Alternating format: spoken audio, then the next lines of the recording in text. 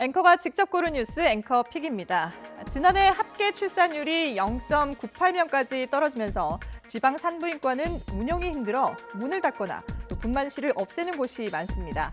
이 때문에 아이를 낳기 위해 대도시로 장거리 원정까지 감수해야 하는 실정이라고 하는데요. 동아일보 보시죠.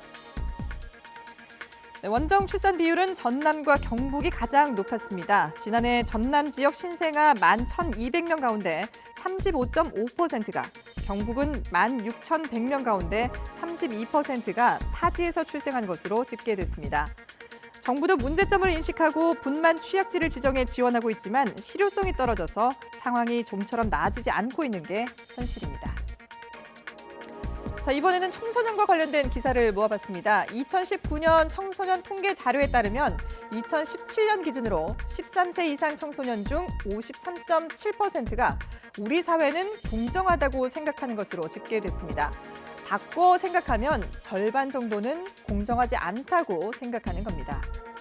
13에서 18세 청소년은 52.8%가, 19에서 24세는 41%가 공정하다고 답해 나이가 들수록 사회에 대한 부정적인 인식이 더 뚜렷해진다는 걸 알 수 있습니다. 그럼 사회에 대한 신뢰도는 어떨까요? 2017년 기준 13세 이상 청소년의 우리 사회에 대한 신뢰도는 10점 만점에 평균 5.38점에 불과했습니다. 또 청소년들이 가장 고민하는 문제는 직업이 30.2%로 가장 많았고 공부 29.6%, 외모 10.9% 순으로 나타났습니다. 직업이 공부를 역전한 건 통계가 작성된 2008년 이후 처음인데요. 최근 청년 취업난이 심각하기 때문이란 분석입니다. 역시 같은 통계 자료에서 스트레스와 우울, 가족과의 갈등, 또 사회적 고립으로 고통받는 청소년들의 현 주소를 알 수가 있습니다. 중고생 4명 가운데 1명은 일상생활을 하지 못할 정도의 슬픔이나 절망 등 우울감을 느낀 것으로 나타났습니다.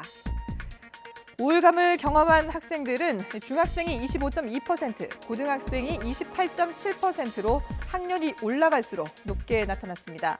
하지만 이런 우울감을 겪어도 주변에 도움받을 사람이 없다고 생각하는데요. 결국 극단적인 선택으로 이어져 청소년 사망 원인 1위가 11년째 자살로 집계됐습니다.